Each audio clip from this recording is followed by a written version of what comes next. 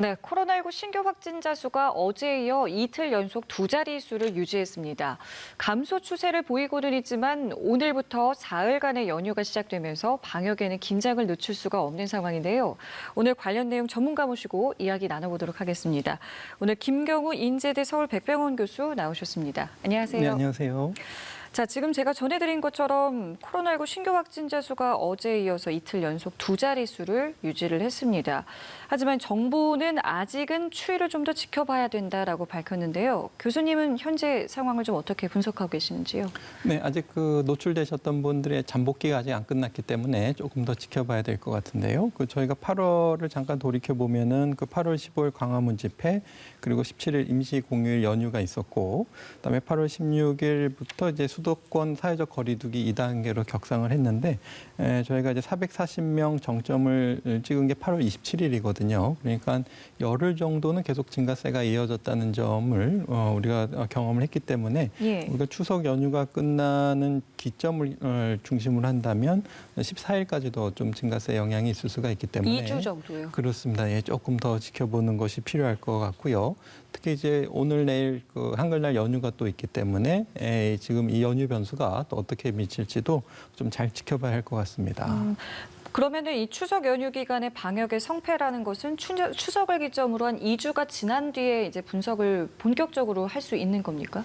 네, 그렇습니다. 물론 이제 증가세가 조금씩 보일 수는 있겠지만 아직은 증가세가 뚜렷이 보이진 않고 있는데 그러니까 8월의 경험을 봤을 때 8월 16일 날 사회적 거리두기 2단계로 격상했음에도 불구하고 열흘 가까이 증가세가 이어지고 8월 27일 날 440명 정점을 찍은 적이 있기 때문에 우리가 지금 좀 최소한 열흘 정도는 좀 지켜봐야지 좀 우리가 안심이라고까지는 좀 그렇지만은 좀 우리가 추이를 좀 평가할 수 있을 것 같습니다. 그 정부는요, 코로나19 감염 재생산 지수가 1 이하로 떨어졌다라고 밝혔는데 이게 좀 생소합니다. 어떤 의미가 있는 건지 짚어주실까요? 네, 그래서 환자 한 명이 감염시키는 환자 수를 의미하는데요. 감염 재생산 지수가 1이라 그러면은 100명의 감염자가 계속 100명의 환자를 만들고 이렇게 이어지겠고요. 만약에 이제 재생산 지수가 좀 1보다 떨어지게 되면은 확진자가 계속 줄어들게 되고 1보다 높으면 이제 증가세가 이어질 수가 있겠는데요. 이 감염 재생산 지수를 계산할 때는 물론 이제 일 확진자 수를 기준으로 이제 계산을 해야 되겠지만은 또 좀 지나온 감염자 확진자 수를 가지고 평가할 수 있기 때문에 언제든지 우리가 사회적 거리두기를 어떻게 하시냐에 따라서 재생산 지수는 변화가 있을 수가 있겠고요. 이 수치가 높을수록 기하학적으로 급증하는 증가세가 더 가파를 수가 있겠고 또 1 이하로 떨어졌긴 했지만 지금 한 0.8 정도로 보고 있는데 우리가 조금 더 낮출 수 있다면은 감소세를 좀 우리가 빨리 볼 수 있는 그런 특징이 있겠고요. 문제는 이제 우리가 감염자를 모두 찾아낸다는 전제하에서 이제 계산할 수가 있기 때문에 똑같은 한 명이라고 하더라도 이분이 우리가 방역망 관리 내에서 이제 발생한 환자냐 아니면 감염 경로 불명 환자 한 명이냐에 따라서 감염 재생산 지수도 좀 다르게 계산을 하는 것이 필요할 수가 있겠는데요. 예를 들어서 감염 경로 불명 한 명을 발견했을 때는 사실은 한 명이 있는 게 아니라 그 N차 감염을 시킨 N-1차 감염자가 또 있을 것이고 N-2차 감염자가 있을 것이고 또 다른 N차 감염자가 있을 수가 있기 때문에 한 사람이 이제 몇 명을 감염시켰냐를 우리가 이제 뚜렷이 정확하게 평가하기는 어려운 부분이 있다는 것 항상 감안해서 1보다 떨어졌다고 안심하지 말고 계속 방역 수칙을 잘 준수하시는 노력들이 필요하겠습니다. 지금 나오는 보도를 또 보면요, 지난 추석 연휴에 이제 같이 벌초를 했다거나 식사 등을 하면서 일가족이 이제 감염된 사례들이 하나둘씩 나오고 있습니다. 때문에 혹시라도 또다시 여러 곳으로 확산할 가능성이 있는 건 아닌지 우려하는 목소리도 있는데요. 이건 좀 어떻게 보고 계시는지요? 네, 그렇습니다. 이제 우리가 이제 지역사회 감염이 이렇게 가족 간의 감염은 사실은 같이 식사도 하죠, 같이 생활하시기 때문에 가족 중에 한 분이 감염이 되시면 증상이 생기실 때는 이미 가족분의 상당 부분이 이제 감염되신 상태로 발견되는 경우가 많고요. 근데 얼만큼 빨리 감염이 조기 인지되셨냐에 따라서 가족 구성원분들이 학교도 나가신 분도 계시고 직장에 나가시는 분도 있는데 그분을 통한 이제 지역사회 집단 감염의 규모가 N차 감염이 이제 어느 정도 발생하느냐를 결정할 수가 있겠습니다. 그래서 역시 이제 조기 인지, 조기 검사, 조기 발견과 그다음에 접촉자 추적을 얼마나 빨리 할 수 있느냐. 역시 방역의 속도전이 중요하기 때문에 예. 그래서 이제 조금이라도 증상이 의심되시는 분들은 좀 가급적 조기에 발견을 하시고 검사를 받으셔서 접촉자를 빨리 찾아서 그러기 예. 위해서는 또 역학조사라든가 동선에 대해서 역학조사에 좀 성실하게 솔직하게 다 응해 주시는 것이 필요하겠는데요. 그래서 신속한 접촉자 조사를 통해서 우리가 이제 접촉자 격리를 통해서 추가적인 N차 전파가 진행되는 것을 좀 막을 수가 있겠습니다. 네. 자, 그리고 오늘은 이제 한글날인데요. 오늘부터 사흘간의 연휴가 시작이 됩니다. 일각에서는요, 추석 연휴보다 이 한글날 연휴가 더 위험할 수 있다라는 분석도 내놓고 있는데 어떤 이유 때문일까요? 네, 일단은 아무래도 국민분들이 이제 느끼시는 체감하시는 어떤 방역 수칙 준수 정도가 영향을 미칠 수 있을 것 같은데요. 일단은 개인적으로 느끼기에도 목요일 날 밤에 이제 조금 많은 분들이 이제 식당이라든가 좀 늦게까지 회식도 좀 많았던 것이 목격되고 있고 또 이제 확진자 수가 감소되고 있는 걸로 봐서 이제 국민들께서 느끼시기에는 조금 안심해도 되나 보다 좀 방심하시는 분도 좀 있을 것 같고요. 또 추석 연휴 못지않게 또 이번 한글날 연휴를 통해서 어디 여행이라든가 또 여러 가지 이동이 또 많으실 가능성이 많기 때문에 아무래도 이제 한글날 연휴 역시 우리가 방역에 좀 주의를 깊게 좀 확진자 발생 추세를 좀 지켜봐야 하는 연휴가 될 수 있겠습니다. 예, 이게 감소 추세라고 해서 이제 마음을 놓는 순간 사실은 또 급속히 확산할 수 있기 때문에 끝까지 저희가 개인 방역도 철저히 해야 된다는 말씀이셨고요. 오는 일요일에요. 추석 특별 방역 기간이 끝나면서 정부가 이때까지 이제 상황을 보고 다음 주부터 적용할 거리두기 단계 조정안을 발표할 예정이다라고 하고 있는데 글쎄요, 교수님 보시기에는 뭐 어떻게 좀 조정이 될 거라고 생각을 하시는지요? 네, 아직 구체적인 안이 나오지 않아서 좀 추정하기는 어려운데 아마 1단계로 바로 낮추긴 좀 어려울 것 같고요. 예. 2단계로 강화된 조치 중에서 일부는 조금 완화할 가능성도 있어 보이는데 보건복지부 장관님의 말씀에 따르면 어떤 그 개인의 책임을 좀 강화하는 대신에 좀 자유를 더 주겠다라는 정도로 추정해 볼 때 아마 이제 그동안에 교회에서 이제 비대면 예배가 계속 되어 왔는데 또 지자체에 따라서는 이제 또 좀 평가해서 어떤 비대면 예배를 좀 해제하는 지자체도 있을 수가 있겠고요. 수도권은 비대면 예배가 유지되고 있었는데 예를 들면 이제 방역 수칙을 철저하게 준수하는 조건에서 일부 소수 대면 예배도 좀 허용하는 것을 검토하지 않을까 생각이 되고 반대로 대신에 대면 예배를 허용하는 대신에 책임을 또 강하게 물을 가능성이 있을 것 같습니다. 그래서 추가적인 확진자가 발생했을 때 아니면 감염병 예방법에 준하는 어떤 방역 수칙을 위반했을 때 어떤 그런 행정 처리는 좀 강하게 되거나 또 구상권까지도 좀 청구할 가능성이 있어서 예. 일단은 그게 교회가 될지 아니면 다른 고위험 다중이용 시설이 될지 그거는 아직은 모르겠는데요. 아마 그러면서 방역 수칙을 더 철저하게 좀 지켜달라는 특히 이제 개인의 방역 수칙 준수뿐만 아니라 다중이용 시설을 관리하시고 또 그 운영하시는 분의 책임까지 아마 좀 강하게 할 것 같고요. 또 일부 이제 사회복지 이용 시설이라든가 이제 공공기관 중에서 이제 어떤 관람을 한다든지 이런 기관을 좀 개방할 것이 좀 예상이 되는데 문제는 어떻게 보면 개인의 책임을 이제 강화하고 이제 문제가 생겼을 때 책임을 강하게 물을 때 생길 수 있는 부작용, 예를 들면은 만약에 발생했을 때 그것이 처벌이 두려워서 이제 숨긴다든지 검사를 안 받는다든지 아니면 동선을 정확하게 진술 안 하신다든지 이럴 가능성이 있기 때문에 음성화될 수 있는 가능성에 대해서 충분히 좀 대비를 해야 될 것 같고요.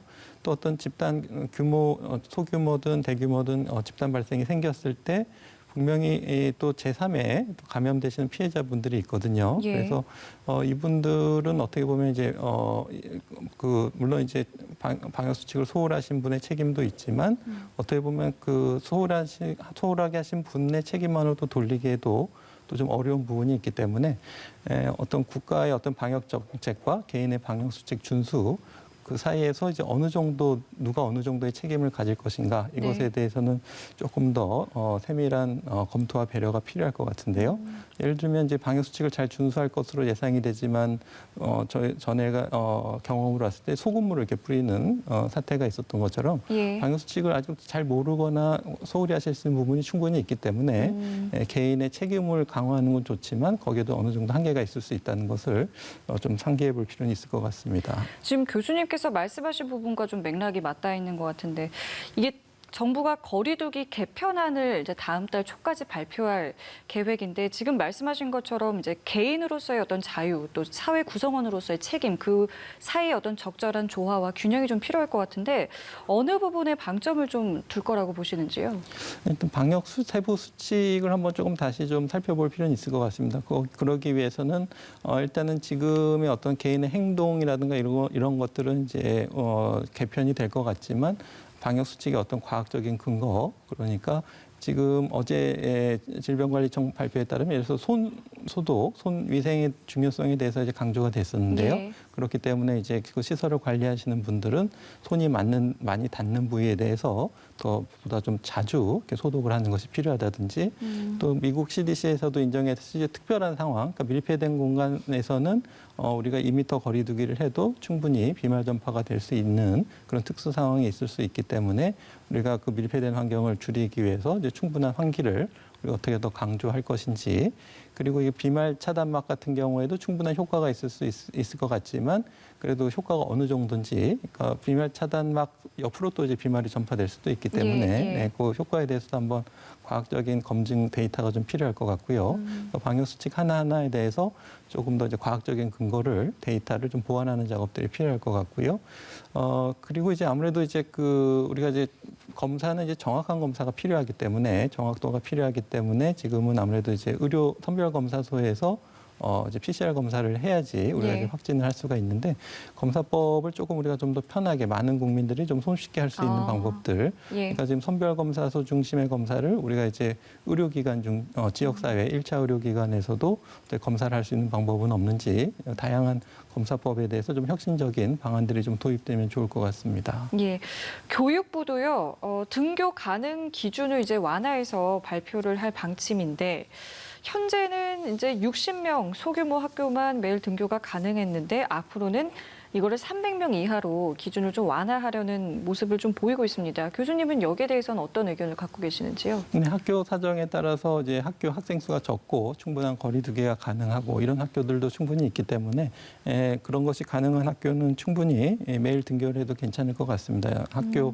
밀집도가 낮은 학교라면은 예. 그리고 1학기 어떤 학교 방역을 봤을 때 다행히 대규모 발생을 일으킨 사례는 없었기 때문에 방역 수칙을 잘 준수하시고 관리를 하시면은 큰 문제는 없을 것으로 보이는데 아무래도 이제 학교별로 좀 사정이 다르고 또 이제 학교에서 선생님들 교육도 하셔야 되고 방역도 하셔야 되고 여러 가지 어려움이 있기 때문에 지금 1학기 방역 성과라든가 현장의 어려운 점을 한번 평가를 해서 조금 더 효율적인 방역과 교육이 일어날 수 있는 지원책 같은 것들이 같이 병행되면 좋을 것 같습니다. 예, 교수님께서 이제 계속 이제 개인 방역을 재차 강조를 하셨는데요. 사실 가을철이 되면서 뭐 재채기라던가 콧물이 심해지는 이제 알레르기 비염 환자들 같은 경우에는 좀 힘들다라는 이제 호소도 일부 있습니다. 이럴 때는 좀 어떻게 해야 되는 걸까요? 네, 그렇습니다. 이제 코로나19와 유사한 증상이 있는 예를 들면 알레르기 비염 같은 경우에도 이제 코 증상이라든지 또 알레르기 천식이 있으신 경우에도 기침을 또 오래 하시는 경우가 있기 때문에 코로나19랑 또 분간이 어려울 수가 있는데 또 알레르기 비염이나 천식 같은 경우에는 그래도 좀 매년 앓으셨다든지 또 다니시는 주치의 선생님이 있다면 또 이제 감별해 주실 수가 있기 때문에 우리가 어떤 증상이 생겼을 때 특히 요즘 또 가을철 열성 질환, 그러니까 쯔쯔가무시와 같은 열성 질환도 있기 때문에 뭐 열이 나거나 또 알레르기 비염 때문에 비염 증상이 있거나 이럴 때 선별검사소 가서 코로나 검사를 해야 될지 아니면 그냥 가까운 동네 의원 가서 그냥 약을 처방받아도 될지 환자분이 판단하기는 어렵거든요. 그렇기 때문에 일단은 그런 분들이 이제 쉽게 자기 건강 상태를 잘 아시는 평상시에 다니던 단골 의사 선생님하고 좀 진료를 하고 필요한 경우 이제 그 자리에서 좀 검사도 할 수 있는 이런 것들이 좀 필요할 수가 있을 텐데 동네 의원 같은 경우에는 이제 이런 코로나 의심 증상 환자분들이 진료를 받을 때 큰 병원의 어떤 안심 진료소 같이 동선이 따로 분리되어 있지 않는 경우가 많아서 예. 다른 환자랑 섞일 가능성이 있기 때문에 그리고 동네 의원에서는 코로나19로 검사할 수 있는 키트가 없기 때문에 좀 어려운 점이 많아서 이것을 좀 의사협회나 이제 지역사회 의사회랑 또 지역사회 보건소 또 보건복지부 지역사회 또 지방자치단체와 좀 상의를 해서 우리가 조금 소규모의 안심진료소 형태의 진료를 받을 수 있는 기관을 1차 의료 지역사회에 좀 많이 설립을 해서 국민들이 내가 어디로 가야 될지 고민하지 말고 그럴 수 있겠을 것 같아요. 일단 동선이 분리된 자기가 다니시던 단골 의사한테 진료를 받을 수 있는 그런 시스템을 좀 만들었으면 좋을 것 같습니다. 예. 상황이 이렇다 보니까 백신이 도대체 언제 나오는지 정말 전 세계가 주목을 하고 있는데요. 이 에볼라 치료제로 이제 개발이 추진됐었던 렘데시비르가 다시 주목을 좀 받고 있다라는 보도가 있습니다. 이거를 투여했을 경우에 회복 기간이 좀 빨랐다는 어떤 분석 때문인데요. 교수님은 좀 어떻게 좀 보고 계시는지요? 네, 렘데시비르에 관한 연구를 보게 되면은 일단 대상군에 따라서 약효의 차이가 있는데요. 그러니까 경증의 코로나19 환자한테는 렘데시비르를 쓰나 안 쓰나 별 차이가 없었습니다. 예, 그렇기 때문에 경증 코로나19 환자는 해당이 안 되시겠고 이제 산소 포화도가 좀 떨어지신 폐렴이 있으신 환자분의 중증 코로나19 환자에게서만 렘데시비르가 효과가 있었고 또 좀 가급적이면 5일 이내 빨리 투여하는 것이 효과가 있기 때문에 이 대상군이 조금 한정적이 되어 있어서 누구나 뭐 내가 렘데시비르를 쓰고 싶다고 해서 쓸 수 있는 건 아니고 또 써도 효과가 없을 수가 있기 때문에 일단은 의사의 어떤 진료와 처방에 따르시는 것이 좋겠고요. 네. 누가 내가 뭐 렘데시비르를 치료를 받고 싶다 이렇게 해서 또 효과가 있거나 이런 건 아니기 때문에 진료를 통해서 결정되면 좋을 것 같습니다. 본인이 이제 렘데시비르 처방을 받을 수 있는지를 먼저 파악을 해야 되겠군요. 알겠습니다. 오늘 김경우 인제대 서울백병원 교수와 함께 이야기 나눠봤습니다. 오늘 말씀 고맙습니다. 네, 감사합니다.